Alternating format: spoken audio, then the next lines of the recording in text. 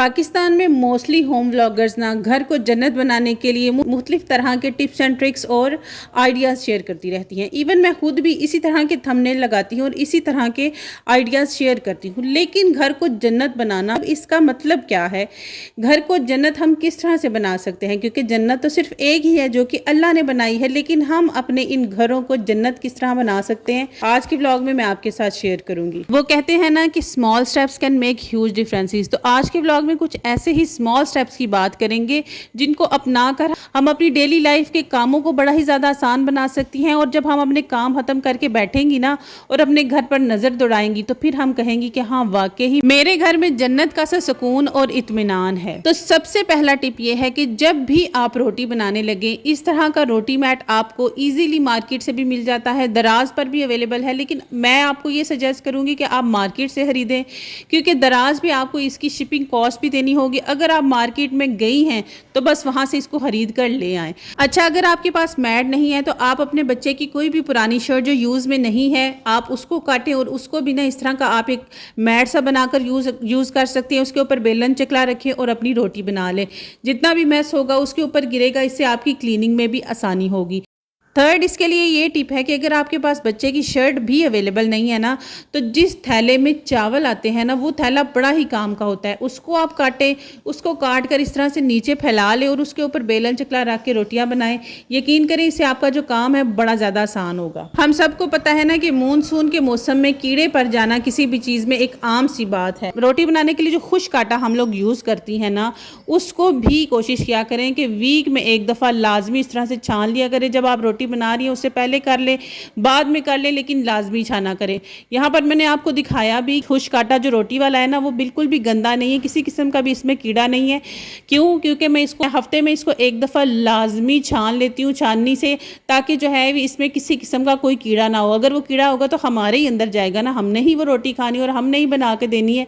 और घर की और सबकी जो हेल्थ है उसकी रिस्पॉन्सिबिलिटी किस पर है? हम पर है। इसी तरह अगर आप आटा गूंद रही है ना, तो अगर आपने वो शर्ट को काट के रखा हुआ है बच्चे की को, तो आप उसको नीचे फैला लें। अदरवाइज इस तरह कोई भी पुराना पोना ले ले, कोई भी कपड़ा ले ले, उसको फैला के नीचे तो फिर आटा गूंदा करें। इससे एक तो ये जो परात है वो हिलती नहीं है, और दूसरी चीज़ ये है कि शेल्फ के ऊपर भी ना निशान पड़ जाते हैं, क्योंकि हम लोग लोहे की परातों में आटा गूंदती हैं। किचन नैपकिन हो, टॉवल्स हो, पोने हो, दजियाँ हो, जो भी आप इन्हें बोलती हैं, लेकिन इनके यूज़ का ना एक तरीका बना ले।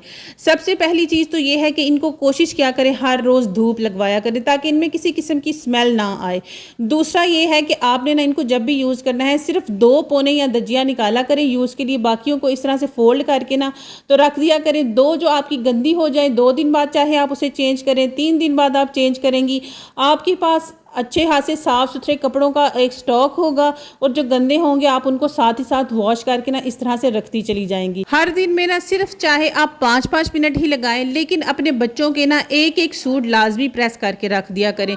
इस तरह से ना जुम्मे के दिन जो हमें टेंशन होती है ना कि बच्चों के कपड़े प्रेस करने हैं, सारे कामों के बाद एक हमारी भाग दौड़ लग जाती है कि बच्चों के कपड़े प्रेस करने हैं, जल्दी करो। ये काम जो है ना, इससे आप बच जाएंगी। मेरी तो ये रूटीन है कि जब भी मैं बच्चों को पढ़ा रही होती हूँ ना, तो साथ ही साथ मैं एक सूट पकड़ती हूँ और उनको ना प्रेस करती चली जाती हूँ।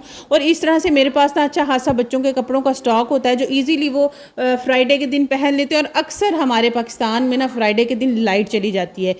हमारे घर में ना कोई ऐसा कोना ज़रूर होता है जहाँ पर हमने ना इस तरह से कपड़ों का और हर चीज़ का ढेर लगाया होता है। और इस तरह आप भी देख रहे हैं कि मेरे इस जगह पर ना हर वक्त कोई ना कोई ढेर लगा ही होता है। मैं हर वक्त इस जाए नमाज के ऊपर से चीज़ें उठाती रहती हूँ, लेकिन अब तो मैंने ना इसके ऊपर एक चिट लगा दी है लिख के कि इसके ऊपर किसी ने कोई चीज़ नहीं रखनी, इवन मैंने खुद भी नहीं रखनी। तो यहाँ पर मैंने आपके साथ बातें करते करते तमाम सारे कपड़ों को भी फोल्ड कर लिया, बच्चों की वार्डरोब भी अरेंज कर ली और अपना जो जाए नमाज है उसको भी सॉल्व कर लिया। कुकिंग के टाइम को ना हमेशा मल्टीटास्किंग होकर सोचा करें, यूज़ किया करें इस टाइम को प्रॉपरली, क्योंकि इस टाइम पे ना हम प्रॉपर तरीके से एक्टिव हुई भी होती हैं। हमारे जो सारे सेंसेस हैं ना वो जाग रहे होते हैं, क्योंकि हम खाना बना रही होती हैं और हमें होता है कि कहीं खाना नीचे लग ना जाए। इधर आपको एक टिप और साथ साथ देती चलूँ कि जो केले हैं अक्सर बच्चे जो हैं वो नहीं खाते। उसकी वजह ये है कि वो कहते हैं ये सॉफ्ट हो गए हैं, अब हमने नहीं खाने हैं, ये ख़राब हो गए हैं, क्योंकि हमारा इनको रखने का या स्टोर करने का जो तरीका है ना वो सही नहीं होता। आपने कभी भी ना केलों को इस तरह एक साथ लिटा के नहीं रखना, उसकी बजाय आपने ना इस तरह से इनको रखें, आपके केले बिल्कुल ख़राब नहीं होंगे और ठीक रहेंगे। पोनों को धोने की बारी आ जाती है। पोनों को धोने का ना अब बहुत ही आसान तरीका, बहुत सारे व्लॉग्स में ना ये शेयर भी कर चुकी हूँ। बड़ी सारी मैंने यूट्यूब पे वीडियोस देखी हैं, इसमें ये चीज़ डालें, ये चीज़ डालें। कोई चीज़ आप इसमें मत डाला करें, सिर्फ आप सर्फ लिया करें और पोनों को उबलने के लिए रख दिया करें। यकीन करें आपके पोने चमकते हुए नज़र आएंगे। काश कि ये बर्तन चुटकी बजाने से साफ़ हो जाते, लेकिन अफसोस कि ये चुटकी बजाने से कभी साफ़ नहीं होते, इनको धोना पड़ता है। लेकिन धोते वक्त ना हमारे कपड़े अक्सर गीले हो जाते हैं। उसकी वजह यह है कि हम लोग ना शेल्फ पे अपने सामने कोई चीज़ नहीं रखती। तो इस तरह से मैंने तो अपने बच्चों की जो शर्ट्स हैं ना, जो पुरानी होती हैं, जो यूज़ के काबिल नहीं होती, वैसे तो जो पुरानी हो ना मैं डोनेट कर देती हूँ, लेकिन जो यूज़ के काबिल नहीं होती ना, वो ना मैं इस तरह से काट के रख लेती हूँ और इसको हमेशा इधर फैला के रखती हूँ। मैंने अपने बहुत से व्लॉग्स में पहले भी ये आपके साथ तरीका शेयर किया है। इसमें से इसके अंदर आपको कोई किसी किस्म की सिलाई लगाने की ज़रूरत नहीं पड़ती और ये इतना अच्छा कपड़ा होता है, इतना अच्छा पानी को अब्जॉर्ब कर लेता है कि ना बिल्कुल भी हमारे कपड़े गीले नहीं होते। और ये कपड़ा इवन हम अपनी शेल्फ्स को साफ़ करने के लिए, अपने चूल्हे को साफ़ करने के लिए भी यूज़ कर सकती हैं। इतना ये कारआमद है। तो मुझे उम्मीद है जो ये छोटे छोटे से टिप्स एंड ट्रिक्स आपके साथ शेयर किए हैं मैंने, आप अपनी डेली लाइफ में ज़रूर ऐड करेंगी और अपने घर को पुरसकून और एक इत्मीनान दे जन्नत जैसा बनाने की पूरी कोशिश करेंगी।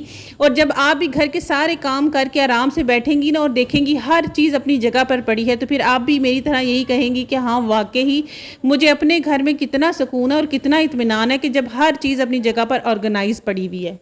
तो मेरी प्यारी प्यारी सी छोटी सी यूट्यूब की फैमिली, आज के व्लॉग के लिए इतना ही। इंशाल्लाह आपसे कल दोबारा मुलाकात होगी। दुआओं में याद रखिएगा। इंशाल्लाह मैं भी आप सबको अपनी दुआओं में याद रखूँगी। अल्लाह पाक हम सबको अपने हिफ्ज़ व अमान में रखे और हर घर में खैर व आफियत हो।